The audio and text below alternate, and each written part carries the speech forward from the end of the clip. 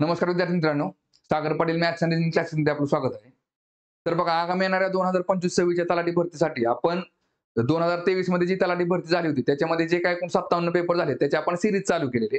त्याच्यामधला बघा आज आपण 31/8/2023 मध्ये दुसऱ्या शिफ्टमध्ये जो पेपर झाला होता तो आज आपण बघणार आहे. तर त्याच्यामध्ये अंकगणित आणि बुद्धिमत्तेचे जे काही 25 प्रश्न आहेत ते आज आपण आजच्या लेक्चरमध्ये बघणार आहे. त्याच्या आधी आपलं जे ऍप्लिकेशन आहे सागर पाटील मॅथ्स आणि रिजनिंग नावाचं, त्याच्यावरती बघा तलाठी भरतीसाठी आपण नवीन बॅच सुरू केलेली आहे. बॅचची फी फक्त आपली ₹499 असेल आणि बॅचचा कालावधी आपला 1 वर्षांचा असेल. सेम याचप्रमाणे आपल्या ऍप्लिकेशनवरती तुम्हाला कंबाईनसाठी सेपरेट बॅच अवेलेबल आहे. बॅचची फी फक्त आपली ₹999 आहे आणि सेम याचप्रमाणे एमपीएससी साठी पण सेपरेट बॅच अवेलेबल आहे. त्याची पण फी आपली ₹999 आहे. तर बघा आता पहिला प्रश्न बघू आपण.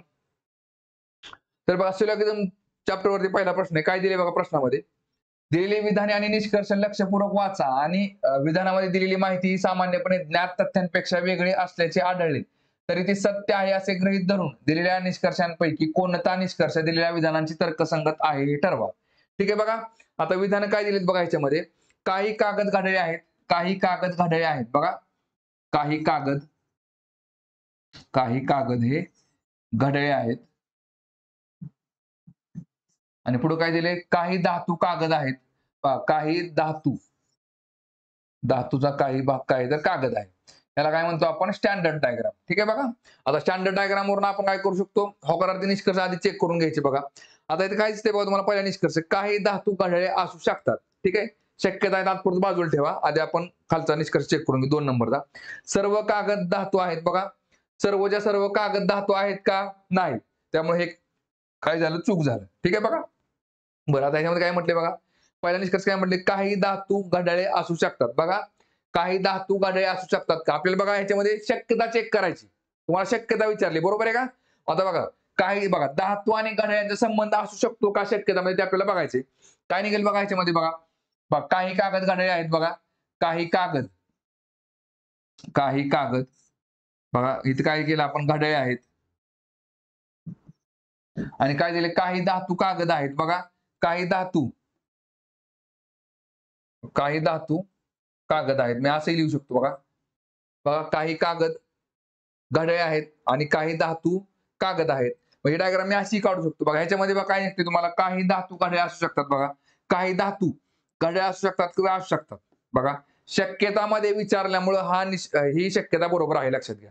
निष्कर्षामध्ये जर विचारलं असतं काही धातू घड्याळे आहेत तर ते चुकीचं असलं असतं, कारण की धातूचा आणि घड्याळाचा काही संबंध नाही.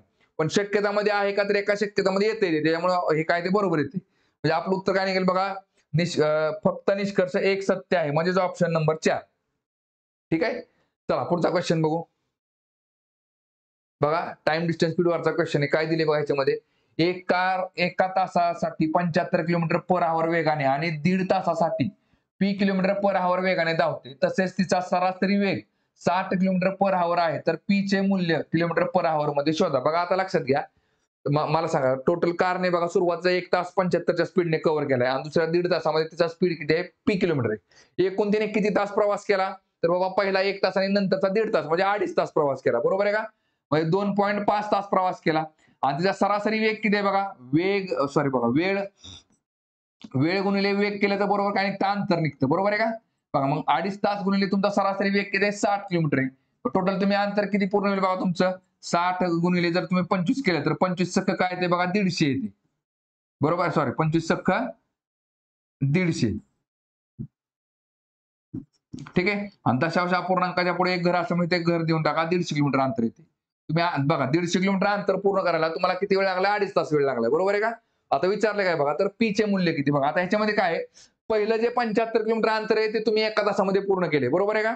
आता मला सांगा, 150 मधून 75 किलोमीटरचा तरी विषय संपला, राहिले किती, 75 किलोमीटर अंतर. पुढच्या 1.5 तासामध्ये तुम्ही किती अंतर पूर्ण केलेलं आहे, तर 75 किलोमीटर अंतर पूर्ण केलेले. तर मग तिथं तुमचा वेग किती आहे, p किलोमीटर पर आवर आहे. मग इथं आपला वेग, आपल्याला सरासरी वेग कळून जातोय.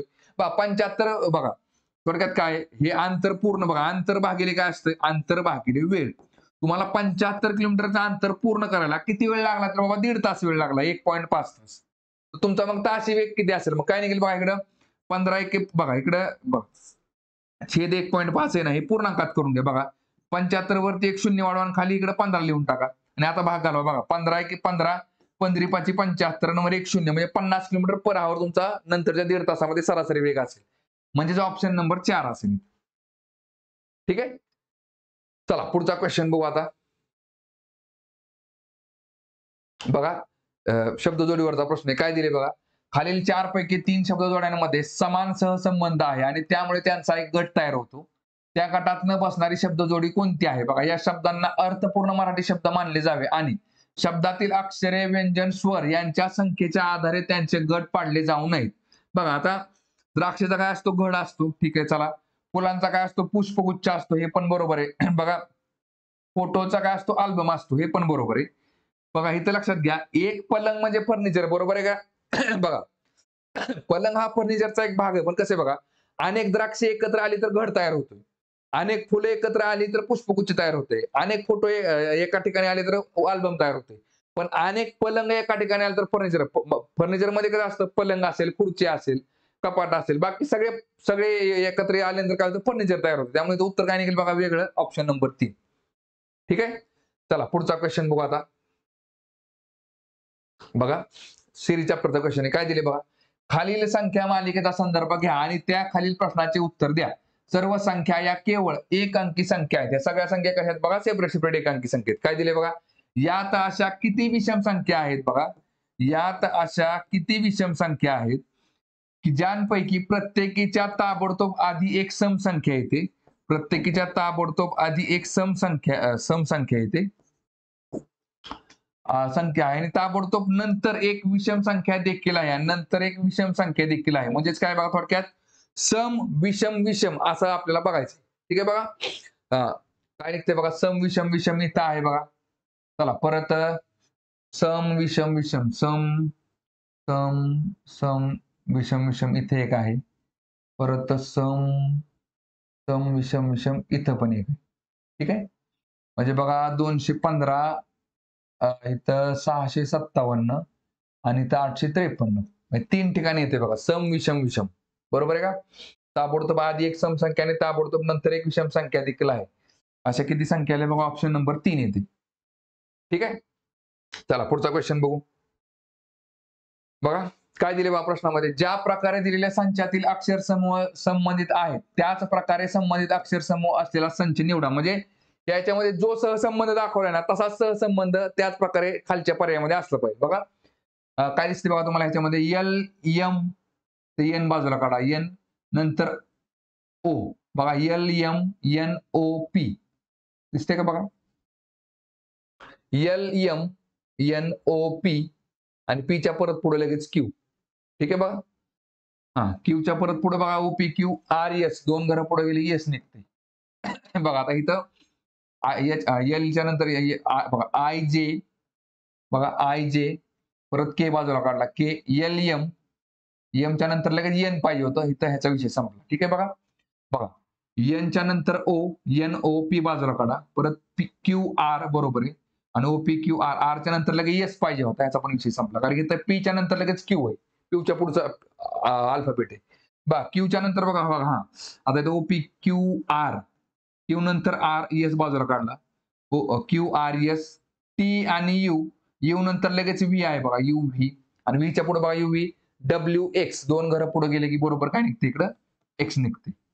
ठीक आहे बघा. बरोबर ह्याला सहसंबंध ऑप्शन 3 मध्ये दिसतोय. आणखी बघा 4 नंबर मध्ये काय दिसतंय बघा के एल एम बाजूला काढला. के एल एम एन ओ आणि ओ नंतर लगेच पी पीच्या पुढे बघा पी क्यू आर एस 3 घरं पुढे गेल्यानंतर एस निघतोय बघा इथं.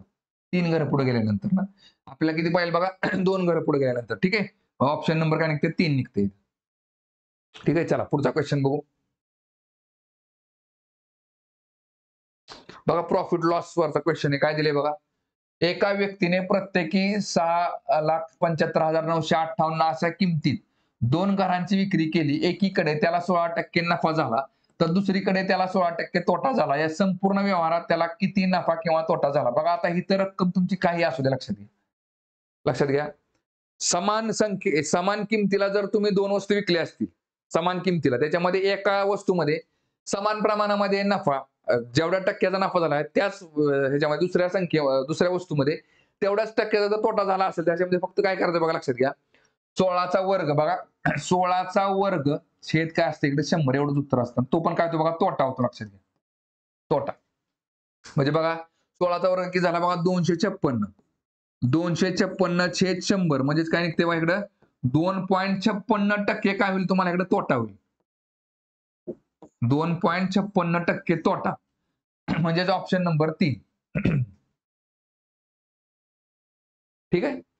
चल पुढचा क्वेश्चन बघू आता. बघा ह्याच्यामध्ये लक्षात घ्या इथं किंमत काही देऊ द्या. तुम्हाला इकडे समजा म्हणलं बाबा एक वस्तू आपण एका ठराविक किमतीला विकल्या, 2 वस्तू एकाच किमतीला. त्यातला एकामध्ये तुम्हाला 10% नफा झाला असेल, दुसऱ्यामध्ये तुम्हाला 10% तोटा झाला असेल. तर काय सेम काय ते बघा 10चा वर्ग झाला 100, 100 भागिले 100 बरोबर काय निघते तुमचा 1% तोटा होतो. लक्षात घ्या 1% तोटा येते लक्षामध्ये.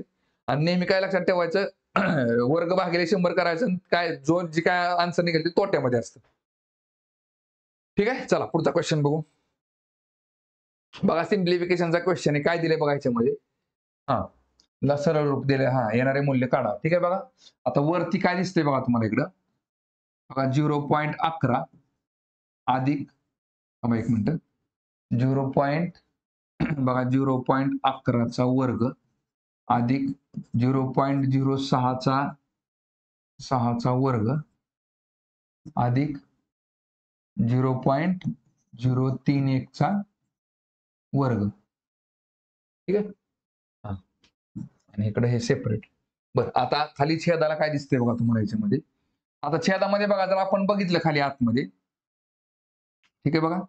त्याला मी असं करतो बघा. आता इथं जर बघितलं मी तर बघा 0.011 जो आहे ना त्या स्क्वेअरच्या आतमध्ये मी काय करू शकतो लक्षात घ्या. इथं मी काय केलं बघा 0.1 बाजूला काढला आणि ब्रॅकेटमध्ये 0.11 ठेवलं. चालतंय का बघा लक्षात घ्या. आणि ह्याचा स्क्वेअर केला. बघा 0.1 गुणिले 0.11 म्हणजेच म्हणजे इथं काय निघते बघा इकडं 11 एके 11ला बघा 0.1 गुणिले 0.11 केलं तर काय निघतं बघा 11 एके 11 आणि दशांश अपूर्णांकाच्या पुढे 1, 2, 3 घर म्हणजे 1, 2, 3 घर म्हणजे 0.011 येतं.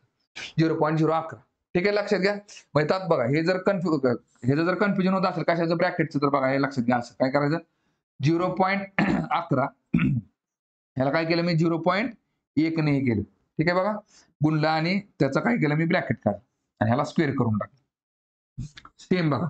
बरं आता पुढे काय निघेल बघा अधिक अधिक बघा इथं पण सेम तसंच बघा 0.1 ने कशाला गुणायचं 0.06ला 0.6ला काय केलं 0.11 0.11 0.06 0.06 सेम होऊन जाते बघा लक्षात घ्या. त्याचा आपण स्क्वेअर करा आणि अधिक परत खाली आतमध्ये काय येईल बघा इकडं 0.1 गुणिले 0.031. ठीक आहे. आणि याचा स्क्वेअर. बरं आता हा जो स्क्वेअर असतो लक्षात ठेवायचा हा जो स्क्वेअर आहे ना तो 0.11चा पण वर्ग असतो आणि 0.1चा पण वर्ग असतो. आता मी जर समजा 0.1चा वर्ग जर बाजूला काढला ह्याच्यातनं ह्या स्क्वेअर मधनं आणि सेपरेट ह्याची ह्याला स्क्वेअर देऊन टाकला तर काय निघेल बघा ह्या वर्गाने ह्याला जर गुणलं तर काय निघतं बघा 0.01 निघतं 0.01. कारण कसं असतं 0.1 गुणिले 0.1 काय निघतं बघा 1 गुणिले 1 झाला 1च आणि दशांश अपूर्णांकाच्या पुढे किती 1 आणि 1 2 घर आहेत म्हणून काय निघतं बघा 0.01 0.01. ठीक आहे बघा. चला आता ब्रॅकेटच्या इथे काय निघेल बघा. बरं वरचं आधी आहे असेल इकडं वरचं काय निघेल बघा आहे असं सगळी. ठीक आहे बघा 0.11चा वर्ग अधिक 0.06चा वर्ग अधिक 0.03चा वर्ग. ठीक आहे. आणि छेदाला काय निघेल बघा इकडं आता इथं बघा 0.01 आणि आता फक्त स्क्वेअर जो आहे ना तो ह्याचा स्क्वेअर ह्याला टाकला आपण 0.01 आलं ह्याचा स्क्वेअर आता ह्याला टाका काय निघेल बघा 0.11 ब्रॅकेटचा स्क्वेअर बघा अधिक काय निघेल बघा इकडं बघा ह्याचा स्क्वेअर ह्याला आला 0.01 आला ब्रॅकेटमध्ये काय निघेल 0.06चा स्क्वेअर अधिक इकडे पुढे काय निघेल बघा 0.01 बघा 0.01 आणि आतमध्ये काय निघेल 0.031चा स्क्वेअर. ठीक आहे बघा. आता काय निघते बघा कॉमन ह्याच्यामध्ये तुम्हाला जर सगळीकडे बघितलं आपण वरच्या संख्या आणि खालच्या संख्यांमध्ये बघा 0.01 0.01 0.01 ह्याने ह्याला गुणले ह्याने ह्याला गुणले ह्याने ह्याला गुणले थोडक्यात काय सगळ्यांचा कॉमन आपण 0.01 बाजूला काढू शकतो. ठीक आहे बघा. वरच्या सगळ्या संख्या आहे अशा ठेवा बघा वरच्या सगळ्या संख्या आहे अशा ठेवल्या मी तात्पुरतं छेदाला काय केलं बघा की 0.01 बाजूला काढलं आणि आतमध्ये पण काय केलं हे बाकीचं लिहून टाकलं आहे असं मग काय निघेल बघा 0.11 बघा वरती काय दिसते तुम्हाला 0.11चा वर्ग अधिक 0.06चा वर्ग अधिक काय निघते इकडे 0.03चा वर्ग आणि ह्या ब्रॅकेटमध्ये पण त्याच संख्या येतील बघा 0.11चा वर्ग 0.11चा वर्ग अधिक बघा 0.06चा वर्ग 0.06चा वर्ग अधिक इकडे काय निघेल 0.31चा वर्ग 0.031चा वर्ग बरोबर आहे का आणि हे ब्रॅकेट कम्प्लीट बघा आता बरोबर काय निघेल ह्याला हे कॅन्सल होऊन जाईल आणि खाली काय राहते बघा फक्त 1/0.01 मग उत्तर काय निघेल बघा आता छेद कधी पण कुठल्या संख्येचा किती असतो एकच असतो मग खाली जर 2 शून्य वाढवले ते मी काय ते 1 होते वरती पण 2 शून्य वाढवा काय होईल बघा 100 होईल म्हणजे 100/1 म्हणजे उत्तर काय ते 100 येते उत्तर 100 म्हणजेच काय बघा ऑप्शन नंबर 3 ठीक आहे जागा नसल्यामुळे जरा समजून घ्यायचं चला पुढचा क्वेश्चन बघू आता बघा रेल्वे चॅप्टरवरचा क्वेश्चन आहे काय दिले बघा 45 किलोमीटर पर आवर वेगाने जाणारी एक रेल्वे गाडी 24 सेकंदात एक खांब ओलांडते तर त्या रेल्वे गाडीची लांबी किती आहे बघा लक्षात घ्या ज्यावेळेस एक रेल्वे गाडी एखाद्या खांबाला एखाद्या माणसाला किंवा एखाद्या झाडाला क्रॉस करते त्यावेळेस ती स्वतःची लांबी पार करत असते लक्षात ठेवायचं त्याच्यामुळं झाडाला खांबाला किंवा माणसाला पार केले की तिने स्वतःची लांबी पार केली त्यामुळे स्वतःच रेल्वेची तुम्हाला लांबी विचारलेली असते फॉर्म्युला काय असतो बघा याच्यामध्ये बघा लांबी गुणिले 3600 बघा लांबी गुणिले 3600 बरोबर वेग गुणिले वेळ बघा बुक मध्ये जो तुम्हाला 15/8 किंवा 8/15/8 किंवा 8/15चा फॉर्म्युला तो वापरायचा नाही एवढ्या एका फॉर्म्युलामुळे आपण अख्खा ट्रेन चॅप्टर सॉल्व्ह करू शकतो लक्षात घ्या फक्त बघा काय असतं बघा लांबी जी आहे ना तुमची लांबी कधी पण तुमची मीटर मध्ये दिलेली असते मग त्यामुळे वेग पण काय घ्यायचा आपण वेग हा मीटर मध्ये घ्यायचा आणि तुम्हाला वेळ जो बघा मग युनिट कसं असतं kilometre per hour metre per second मग इथं मीटर मध्ये असेल ना तर तुमचा वेळ हा कसा निघेल बघा सेकंदामध्ये निघेल इथं फक्त काय दिसतं बघा लक्षात घ्या तुम्हाला कॅल्क्युलेशन मोठं लांबीने वाटतं पण तसं होत नाही फक्त काय शून्य वाढतात किलोमीटरचा मीटर मध्ये करतो याचा अर्थ काय नंबर तोच आहे फक्त मी 3 शून्य वाढवले 1 किलोमीटर म्हणजे 1000 मीटर असते बरोबर आहे का फक्त शून्य वाढवायचे बघा आता लांबी किती आपल्याला लांबी माहित नाही आपण एक्स पकडली इथं लांबी x गुणिले 3600 बरोबर वेग किती आहे बघा तुमचा 45 किलोमीटर पर आवर आहे म्हणजे 45 वरती 3 शून्य वाढवा म्हणजे मीटर मध्ये झालं आणि किती वेळ लागला तर बाबा 24 सेकंद वेळ लागलाय तर 24 सेकंद वेळ दाखवा आता फक्त काय करायचं एक जागा ठेवा आणि 3600 जो आहे तो बरोबर त्या पलीकडे टाका म्हणजे काय होईल बघा 45,000 गुणिले 24 छेद काय होईल बघा इकडं 3600 बरोबरच्या पुढे गेले की कुठे जाईल छेदाला जाईल आणि आता भाग घालवा बघा ह्या 2 शून्याला हे 2 शून्य गेले बघा काय निघते इकडे 9 चोक 36 इकडे 9 45 आणि हा शून्य आहे असं लिहून टाका परत बघा 4 एक्के 4 4 सक्क 24 म्हणजे 50 गुणिले 6 केलं तर काय निघते बघा 5 सक्क 30 आणि एक शून्य वाढवून टाका 300 मीटर येते 300 मीटर म्हणजेच काय निघते ऑप्शन नंबर दुसरा रेल्वे लांबी किती 300 मीटर आहे ठीक आहे चला पुढचा क्वेश्चन बघू बघा सरळ व्याज चक्रवाढ व्याजावरचा प्रश्न आहे काय दिले बघा याच्यामध्ये दर साल 8% व्याजदराने 3.102 वर्षांसाठी 350च्या कर्जावर रकमेवर होणारे सरळ व्याज शोधा बघा आता लक्षात घ्या आपला सरळ व्याज विचारले सरळ व्याजाचा फॉर्म्युला काय असतो बघा लक्षात घ्या सरळ व्याज बघा सरळ व्याज बरोबर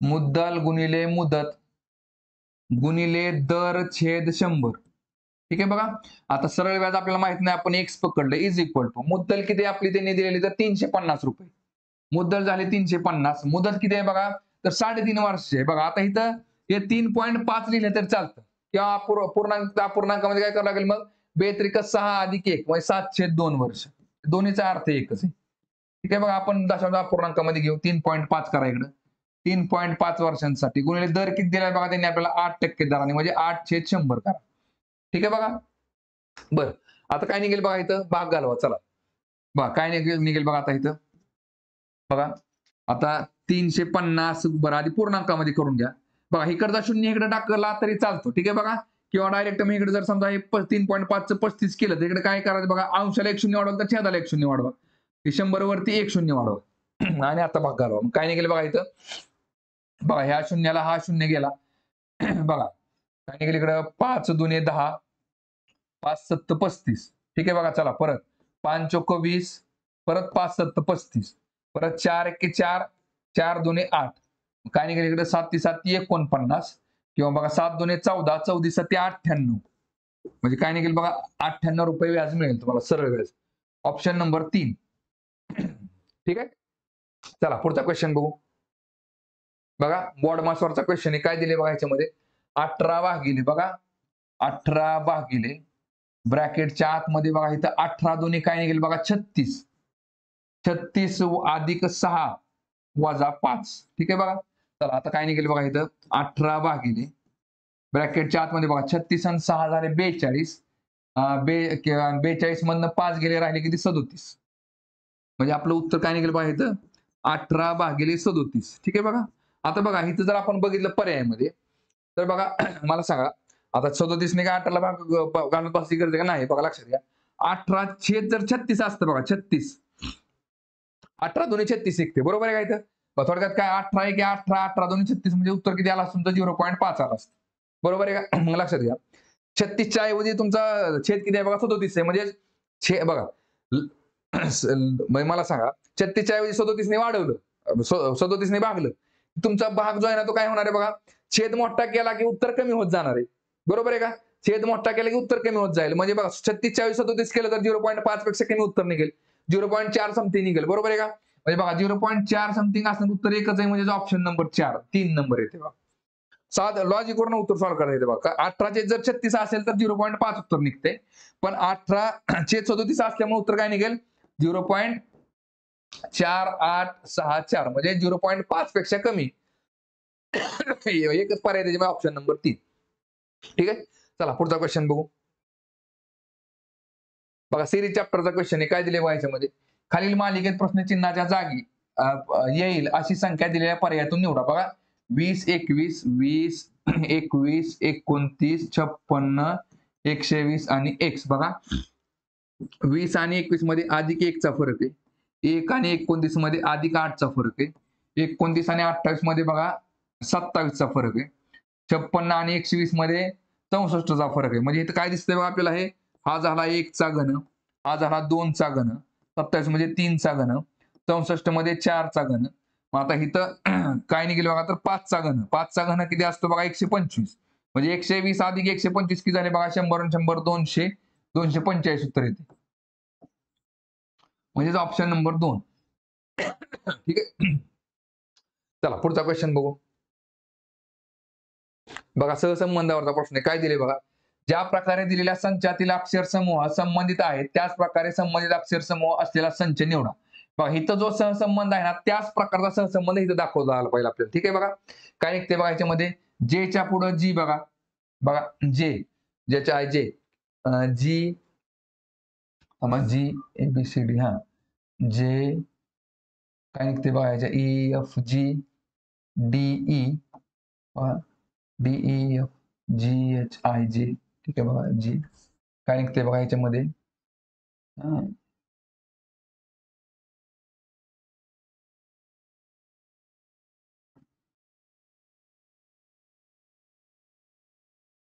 बघा आता ई आणि जे मध्ये कितीचा गॅप आहे बघा ईच्या पुढे EFGHIJ बघा ईच्या पुढे 5 घरं गेले की जे निघते. डीच्या पुढे बघा ABCD EFG 3 चा गॅप आहे बरोबर आहे का 3 चा गॅप आहे आणि बघा एफच्या पुढे बघा EFGHI सरळ जावं लागते बघा इथं काय 3 चाच गॅप आहे. म्हणजे इथं बघा -5 -3 आणि इथं अधिक 3 चा गॅप आहे बरोबर आहे का येते लक्षामध्ये बघा मग आता इथं पण तेच करायचं आपल्याला बघा एलच्या पुढे क्यू बघा एल MNOPQ 5 चा गॅप आहे का तर आहे. एलच्या पुढे 5 घरं आहे. चला परत के पासून एन बघा जे के LMN 3 घरं पुढे आहे का तर आहे. चला आता एम पासून आर बघा एम NOPQR परत 5 घरं पुढे गेली की आर आहे. पण इथं किती गॅप पाहिजे आपल्याला बघा 3 चा गॅप पाहिजे पहिलाचा विषय संपला. दुसऱ्याचा बघा जी पासून एल बघा जी HIJKL बघा 5 घरं पुढे आले की एल निघते. बघा एफ पासून आय बघा EF GHI बघा 3 घरं पुढे आले की एल ही निघते म्हणजे -5 -3 बरोबर आहे. अरे उलट मोजले आपण. आता सरळ मोजायचं बघा एचच्या पुढे एम बघा HIJKLM बघा 5 घरं पुढे गेले की एम निघते. आणि आपल्याला काय पाहिजे बघा -5 -3 +3 -3 -5 -3 +5 आहे त्याच्यामुळे ह्याचा पण विषय संपला. हे बघा आय पासून एन बघा HI JKLMN बरोबर 5 घरं पुढे गेले की एन निघते म्हणजे -5 करा कारण एनच्या पाठीमागं आहे. परत बघा एच पासून के मोजा HIJK बरोबर बघा 3 घरं पुढे गेले की के निघते म्हणजे -3 करा. आणि जेच्या पुढे एम मोजा बघा JKLM बरोबर 3 घरं पुढे गेले की एम निघते बघा इथं +3 -5 -3 +3 बघा इथं पण -5 -3 +3 म्हणजे ऑप्शन नंबर 3 निघाल आपला. ठीक आहे. चला पुढचा क्वेश्चन बघू माझा बघा सिरीज चॅप्टरचा क्वेश्चन आहे. काय दिले बघा ह्याच्यामध्ये, खालील मालिकेत प्रश्नचिन्हाच्या जागी काय आले पाहिजे. ठीक आहे बघा, 6, 11, 36, 161 इथं एक्स लिहा आणि इथं 39, 11 लिहा. बघा काय निघते बघा, 6 आणि 11 मध्ये बघा अधिक 6 आणि 5 11, 5 चा फरक आहे. 11 आणि 36 मध्ये बघा अधिक 25 चा फरक आहे. 36 आणि 161 मध्ये बघा 125 चा फरक आहे. ठीक आहे बघा, म्हणजे काय दिसतंय बघा तुम्हाला ह्याच्यामध्ये, बघा 5, 5 चा वर्ग, 5 बघा 5 इकडं हे झाला 5 चा वर्ग, ही 5 चा घन, आता इकडं परत म्हणजे 5 5 25, 25 5 1600, परत 125 गुणिले 5 किती निघेल बघा 625. इथं 625 वाढवावं लागेल आपल्याला, अधिक 625 म्हणजे 5 चा चौथा घात. काय निघेल बघा याच्यामध्ये, तर बघा आता इथे 625 अधिक किती आले 161 बघा, 5 आणि 1 6, 6 आणि 2 8 आणि 6 आणि 1 7 म्हणजे 786 उत्तर निघेल. x ची व्हॅल्यू किती झाली 786. 786 म्हणजे ऑप्शन नंबर 2. ठीक आहे, चला पुढचा क्वेश्चन बघू. बघा बोट आणि प्रवाहावरचा क्वेश्चन आहे. काय दिले बघा, सॉरी नळ आणि टाकीवरचा प्रश्न आहे. काय दिले, तोटी ए चा प्रवाह हा तोटी बी पेक्षा 3 पट वेगवान आहे. बघा ए चा प्रवाह काय म्हटले बघा, बी पेक्षा, पेक्षा कोणाला बी ला दिलेला आहे, तर बी चा जर प्रवाह 1 असेल तर एचा किती बघा बी च्या 3 पट आहे, 3 पट आहे.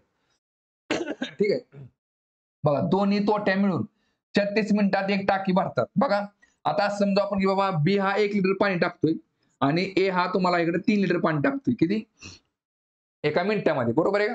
आता काय म्हटले बघा, दोन्ही तोट्या मिळून 36 मिनिटांमध्ये टाकी भरतात, तर तोटी ए ला स्वतंत्रपणे टाकी भरण्यासाठी किती वेळ लागेल, टाकीची पूर्ण क्षमता किती असेल बघा, तर दोन्ही मिळून बघा 3 आणि 1 4 लिटर पाणी टाकतात, बरोबर आहे का एका मिनिटामध्ये. मग दोघांनी मिळून 4 गुणिले किती बघा, एका मिनिटाला 4 लिटर पाणी असं 36 मिनिटांमध्ये टाकी भरून टाकतात. 4 गुणिले 36 करायचे झाली एकूण टाकी. मग एकूण टाकी भरायला काय म्हटले बघा, तर ए ला स्वतंत्रपणे किती वेळ लागेल, ए हा एका मिनिटामध्ये 3 लिटर पाणी भरतोय. मग 4 गुणिले 36 भागिले 3 करा, उत्तर निघून जाईल. काय निघते बघा इकडं, 3 1 3, 3 1 3, 3 2 6, म्हणजेच 12 चोका 48 मिनिटं लागतील स्वतंत्र ए ला. ठीक आहे बघा, ऑप्शन नंबर 4.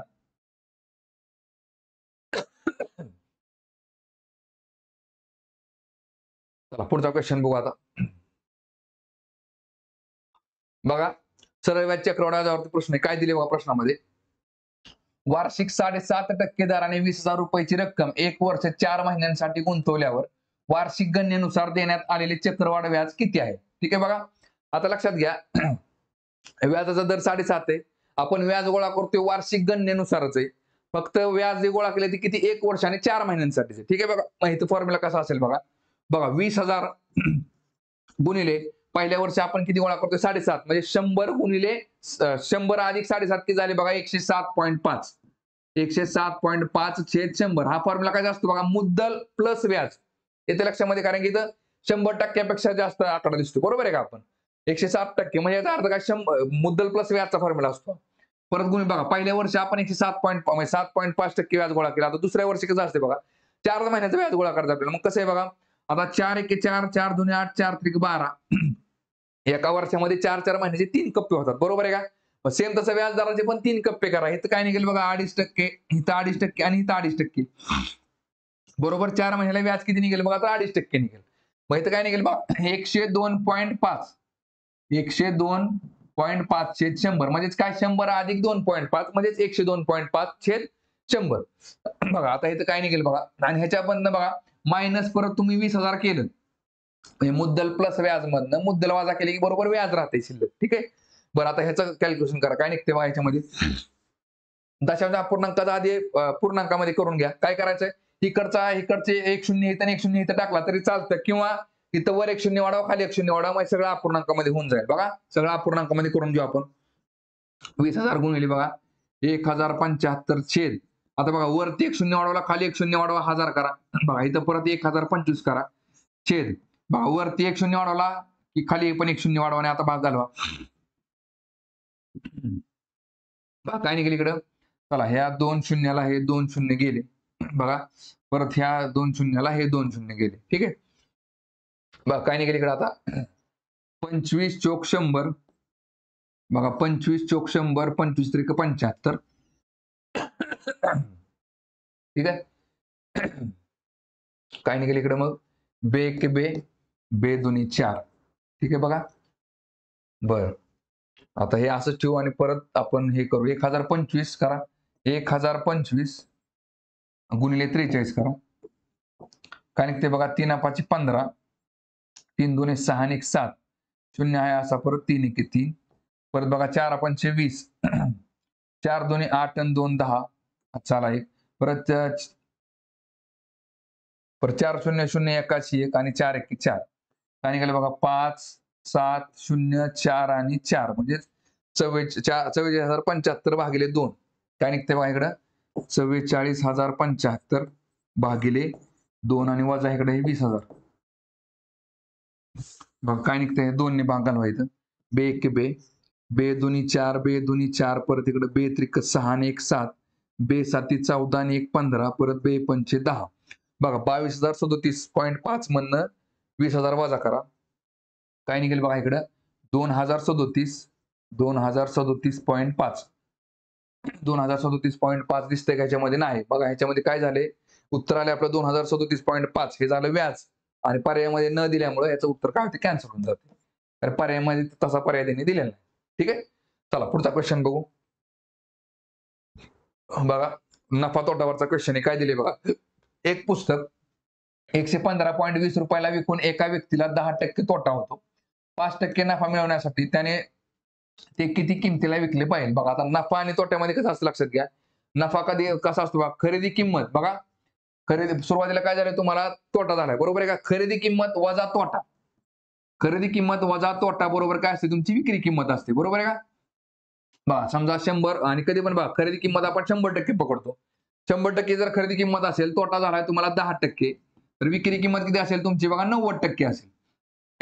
तेच जर तुम्हाला आता नफा कमवायचा आहे 5%, तर काय असेल बघा, खरेदी किंमत प्लस नफा बरोबर काय असते तुमची विक्री किंमत असते. म्हणजे खरेदी किंमत जर आपली 100% असेल, तुम्हाला नफा कमवायचा किती 5%, तर तुमची विक्री किंमत किती असायला पाहिजे बघा, तर 105%. बरोबर आहे का. बघा आता आपल्याला इथे काय माहितीये, तर तोटा झाल्यानंतर ना जे आपण विक्री किंमत येतो तोटा झाल्यानंतर ती आपल्याला माहिती आहे किती, तर 115.20 पैसे. बघा थोडक्यात काय मग इथं बघा 90% म्हणजे 115.2 रुपये दिसते. तर मग 105% म्हणजे किती एवढंच काढायचं आपल्याला. काय करायचं, तिरकस गुणाकार करायचं. एक्स ने ह्याला गुणायचं आणि 105 ने ह्याला गुणायचं. काय निघेल बघा, एक्स गुणिले 90. बघा एक्स गुणिले 90 बरोबर 105 गुणिले, बघा 105 गुणिले 115.2. बघा लक्षात घ्या, इथे मी तुम्हाला डायरेक्ट पण म्हणू शकलो असतो. काय 100 मधनं 10 गेले 90%. 90% म्हणजे 115.20. तर मग 5% नफा म्हणजे 105 म्हणजे किती एवढं असं काढा. हे पण सांगू शकलो असतो, पण आपण स्टेप बाय स्टेप चाललोय. ठीक आहे बघा. आता इथे काय निघेल बघा, चला एक्स जागायला ठेवा इज इक्वल टू 90 बरोबर त्या पलीकडे टाका. काय निघेल बघा 105 छेद बघा 115. आता बघा आपण काय करू, एक स्टेप कमी करू. काय करू, हे लिहिताना आपण पूर्णांकामध्ये लिहू. ठीक आहे. बघा आता छेद काय करू बघा, इकडे 90 आहे की नाही. आता बघा इथं अंशाला जर मी 1 0 वाढवला, तर मला छेदाला पण 1 0 वाढवावं लागेल. इथं फक्त 90 च्या ऐवजी 900 करा. चला एक स्टेप कमी झाली आपली. आणि आता भाग घालावा. काय निघेल बघा इथं, बघा 5 आणि 2 7, 8 आणि 1 9, म्हणजे ह्याला 9 ने भाग जातोय आणि ह्याला पण 9 ने भाग जातोय. बघा 9 1 9. इथं काय निघेल बघा 9 1 9, 2 राहिले. परत 9 2 18 आणि 7 राहिले. 9 8 72. ठीक आहे बघा. आता काय निघेल बघा इकडं 5 ने एकदा भाग घालू बघा इकडं आपण. बघा लक्षात घ्या, आता इथं ह्याचा ह्याचा गुणाकार करून भागिले 100 केले तर चालतं. पण आपल्याला जर संख्या लहान करायच्या असतील ना, तर बघा आता त्या 100चा जर 10 करायचा असेल, तर बघा एकदा 5 ने आणि एकदा 2 ने जर भाग जात असेल ना, तर संख्या लहान करून घ्यायची. बघा काय निघते बघा ह्याच्यामध्ये 5 दुनी, बघा 5 दुनी 10, इथं 0 आलं. ठीक आहे बघा. परत बघा 5 दुनी 10, 5 1 5 आलं इकडे. ठीक आहे. आता परत 2 ने ह्याला भाग घालवा. बघा काय निघेल, बे एक बे, इकडे काय निघेल बघा बे सक 12, बे चुक 8. मग झालं 21 गुणिले 64 आपण गुणाकार करू शकतो, भागिले 10 करा. मग काय निघेल बघा आता इथं, बघा 21 गुणिले 64. बघा 64 गुणिले 21 करा. काय निघते इकडे बघा 21 चोक काय निघते बघा, 21 चोक 84. बघा आणि 21 सक काय निघेल बघा, 21 सक 26 असे. 20 सक 126. 126 आणि 8 किती झाले बघा 134. 134. ठीक आहे बघा. म्हणजे किती आलं 1344 आणि छेद किती आला 10 इकडं. म्हणजे 1344. 1344 छेद 10. मग काय निघेल बघा इकडे 134.4. 134.4 म्हणजेच काय निघेल ऑप्शन नंबर 2. ठीक आहे. चला पुढचा क्वेश्चन बघू. बघा सिरीज चॅप्टरचा क्वेश्चन आहे. काय दिले बघा, दिलेली मालिका तर्कदृष्ट्या पूर्ण होण्यासाठी प्रश्नचिन्हाच्या जागी काय आले पाहिजे. बघा जेच्या पुढे बघा यल, बघा जे के एल 2 घरा पुढे यल आलाय, एलच्या पुढे बघा यल एम एन 2 घरा पुढे गेले एन आला, एनच्या पुढे बघा एन ओ पी 2 घरा पुढे गेले पी आलाय, मग पीच्या पुढे 2 घरं गेले काय निघेल बघा पी क्यू आर, इथं काय निघेल बघा आर निघेल, पहिलं अक्षर आर आलं, आर इथं आहे इथं नाही, इथं नाही इथं आहे. ठीक आहे. बघा आरच्या नंतर व्ही आहे, आरच्या नंतर व्ही आहे, मग डायरेक्ट काय करा नंबर चेक करा. आता बघा बघा 13 + 2 15, 15 + 4 19, 19 + 6 25. बघा 2 अन 2 4 अन 2 6 अन 2 8 निघेल इकडं, म्हणजे अधिक 8 केली काय निघेल बघा 25 आणि 8 किती आले इकडे 33. मग आर व्ही 33, कारण की व्ही काय घेतला डायरेक्ट व्ही हा कॉमनच आहे, मग आर व्ही 33 उत्तर निघेल, म्हणजेच ऑप्शन नंबर पहिला. ठीक आहे. चला पुढचा क्वेश्चन बघू. बघा परत एकदा अल्फाबेट सिरीज वरचा क्वेश्चन आहे. काय दिले बघा, इंग्रजी वर्णमाला क्रमावर आधारलेल्या दिलेल्या मालिकेत प्रश्नचिन्हाच्या जागी काय आले पाहिजे. बघा डीच्या नंतर काय आला बघा के आलाय, A B C D E F G H I J K, डीच्या पुढे 7 घरं गेले की के निघते बघा, केच्या पुढे आर बघा J K, L M N O P Q R, परत 7 घरं पुढे गेले की आर निघते. इथं पण बघा आरच्या पुढे O P Q R S T U V W X Y, 7 घरं पुढे गेले की वाय निघते. आता वायच्या पुढे 7 घरं मोजावा, वायच्या पुढे वाय झेड, नंतर A B C D E F, काय निघेल बघा एफ निघेल, पहिला अल्फाबेट. बघा एफ इथं नाही, एफ इथं नाही, इथंच आहे. मग काय करा आता डायरेक्ट 2 नंबर चेक करा. बघा बघा बघा उलट मोजण्यापेक्षा आपण काय करू, शेवटचा अल्फाबेट मोजू. बघा वायच्या नंतर ना सी, बघा Y Z A B C, 4 घरं पुढे गेले की सी निघते. बा सीच्या पुढे जी बघा A B C D E F G, परत 4 घरं पुढे गेले की जी निघते. इथं पण 4, इथं पण 4. आताच बघा जीच्या पुढे पण के बघा जी एच आय जे के, 4 घरं पुढे गेली के निघते. आता केच्या पुढे 4 घरं मोजा, बघा J K L M N ओ, मग शेवटचा अल्फाबेट काय निघेल बघा ओ निघेल. एफ ओ कुठे इथंच आहे, म्हणून आपलं उत्तर असेल ऑप्शन नंबर 3. ठीक आहे. चला पुढचा क्वेश्चन बघू. बघा टाइम डिस्टन्स स्पीड वरचा क्वेश्चन आहे. काय दिले बघा, एका कारचे ओडोमीटर हे प्रवासाच्या सुरुवातीला 12,000 किलोमीटर आणि शेवटी 12,800 किलोमीटर ही वाचने दाखवते. जर प्रवासाला 4 तास लागले असतील तर कारचा सरासरी वेग किती आहे. बघा आता मला सांगा 1200 किलोमीटर वरून तुम्ही 12,800 किलोमीटर गेले, म्हणजे 800 किलोमीटर अंतर पार केले किती वेळामध्ये, तर 4 तासामध्ये. मला सांगा 800 किलोमीटर अंतरला जर आपल्याला 4 तास वेळ लागत असेल, त्याचा अर्थ आपला वेग किती असेल 200 किलोमीटर पर आवर, बरोबर आहे का. हे झालं तुमचं अंतर, अंतर भागिले वेळ केले की बरोबर काय निघते, वेग निघतो. तुमचा वेग किती असेल मग 200 किलोमीटर पर आवर. पण तो तुम्हाला कसा विचारला त्यांनी, कारचा सरासरीचा वेग किती असेल, तर बाबा मीटर पर सेकंद मध्ये विचारलाय. मग आता मला सांगा इथं तुम्ही काय करा डायरेक्ट बघा 200 किलोमीटरचा, बघा 200 किलोमीटर आहे बरोबर आहे का. 200 किलोमीटर म्हणजेच किती मीटर झाले, कारण आपल्याला मीटर पर सेकंद मध्ये म्हटले, फक्त 3 शून्य वाढवा, इथं 3 शून्य वाढवले, 200 वरती 3 शून्य वाढवले, हे झालं मीटर मध्ये. आणि एवढं मीटर अंतर जायला आपल्याला बघा तास किलोमीटर पर आवर, एका तासामध्ये जातोय आपण. आपल्याला विचारलं काय एका सेकंदामध्ये तुम्ही किती जाताय, म्हणजे एवढं मीटर अंतर पूर्ण जायला आपला किती वेळ लागतोय बघा, तर 36 सेकंद वेळ लागतो. मग एका सेकंदामध्ये किती, काय करायचं इकडे बघा, ह्याला फक्त हिने भागा, काय नाही बघा, फक्त काय निघते आपल्याला इकडे शून्य वाढलेले दिसतात फक्त, बघा लक्षात घ्या काय निघते बघा ह्याच्यामध्ये. चला ह्या 2 शून्याला हे 2 शून्य गेले बघा, परत 4 9 36 आणि इकडे किती आलं बघा 4 5 20 आणि हे 2 शून्य आहे, म्हणजे 500/9 मीटर पर सेकंद. बघा 500/9 मीटर पर सेकंद उत्तर येते आपलं, म्हणजे ऑप्शन नंबर पहिला. ठीक आहे. चला पुढचा क्वेश्चन बघू.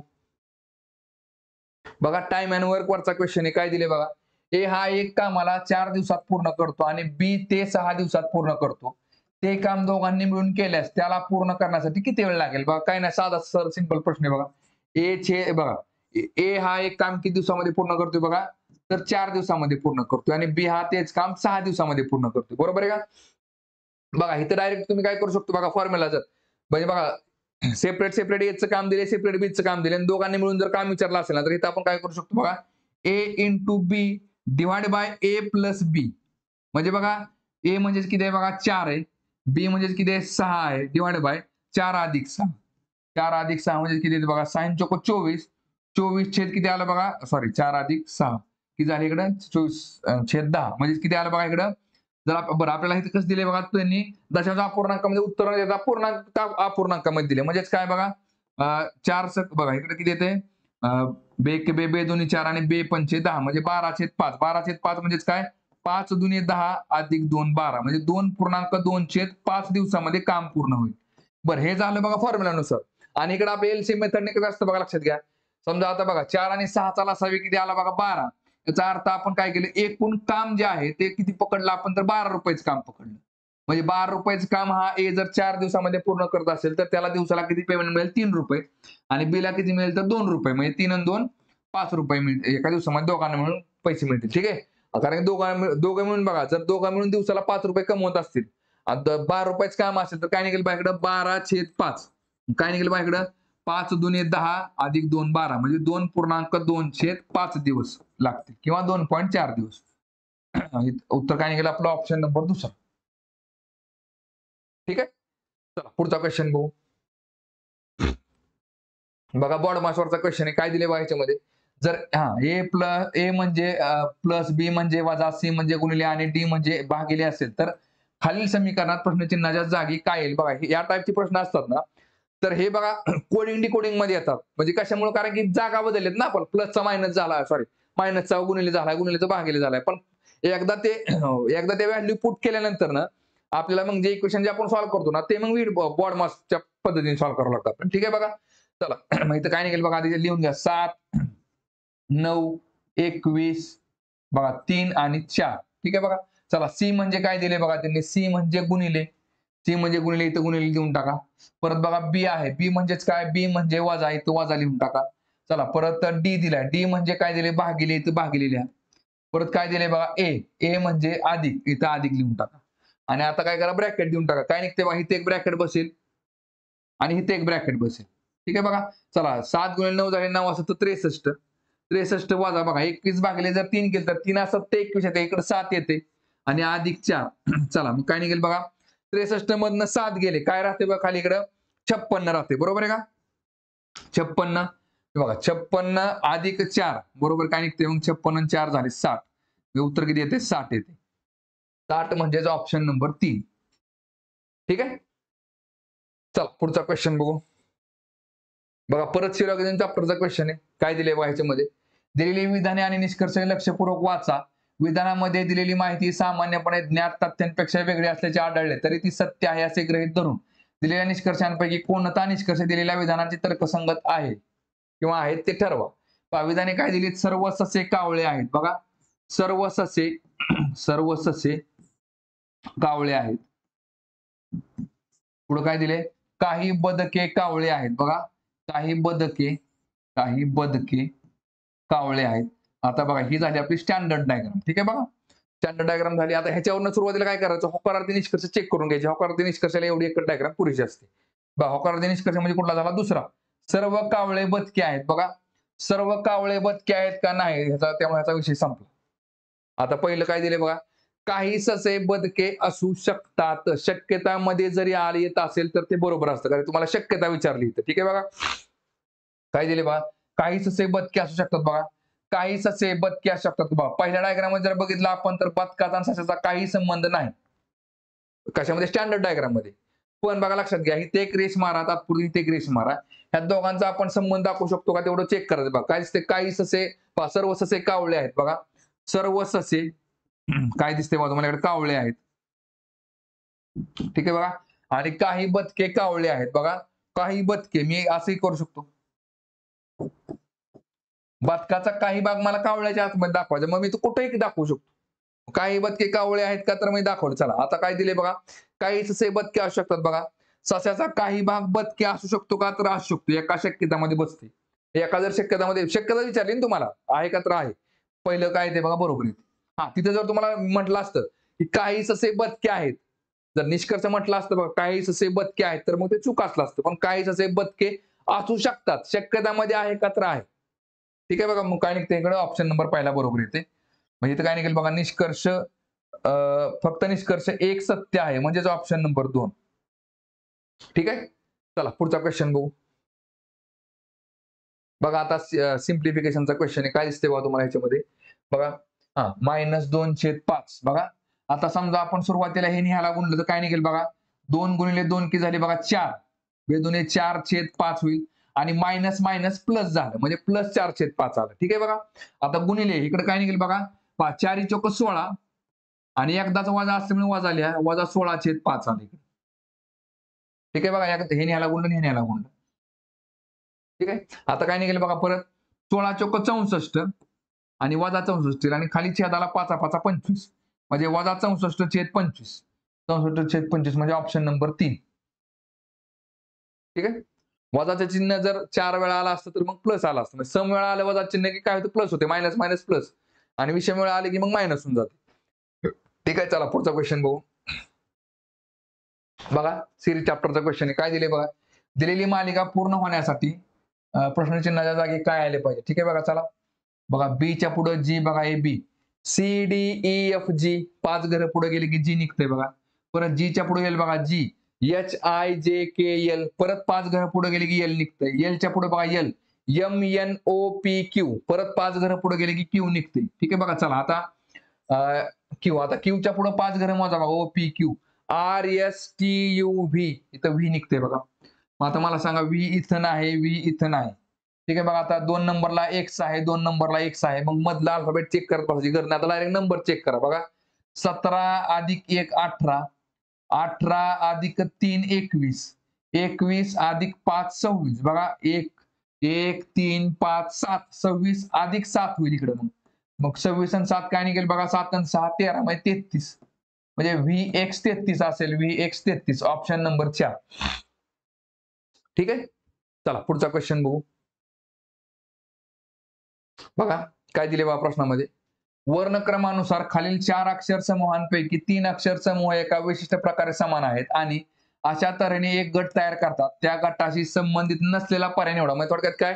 3 पर्यायांमध्ये सारखा सहसंबंध एकामध्ये नाही. तो कुठला आहे ते ओळखायचा आपल्याला. बघा ईच्या नंतर बघा ई बघा ईच्या पुढं ई एफ जी अधिक 2 घरं गेली की एच जी निघतं. ई एफ जी नंतर एच जीच्या लगेच पुढे एक घर गेले की काय निघते? एच निघते बघा. ठीक आहे बघा.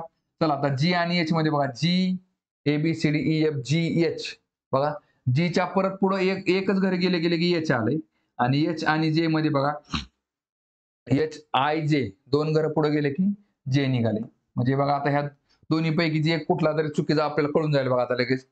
आता बघा सी नंतर ना बघा ई किती क्रमांकावर ए बी सी डी ए 2 घर पुढे गेले की ई आले आणि ईच्या नंतर बघा ई एफ लगेच एक घर पुढे गेले की एफ निघते. आता बघा एच पासून जे बघा एच आय जे 2 घर पुढे गेले की जे निघते आणि जे पासून लगेच के बघा एच आय जे के जेच्या पुढेच के आहे मग एक घर पुढे गेली के निघते. म्हणजे बघा हे 2 2 2 म्हणजे वेगळा पर्याय कुठला आहे बघा? ऑप्शन नंबर हे निघते बघा. Option number 2. ठीक आहे.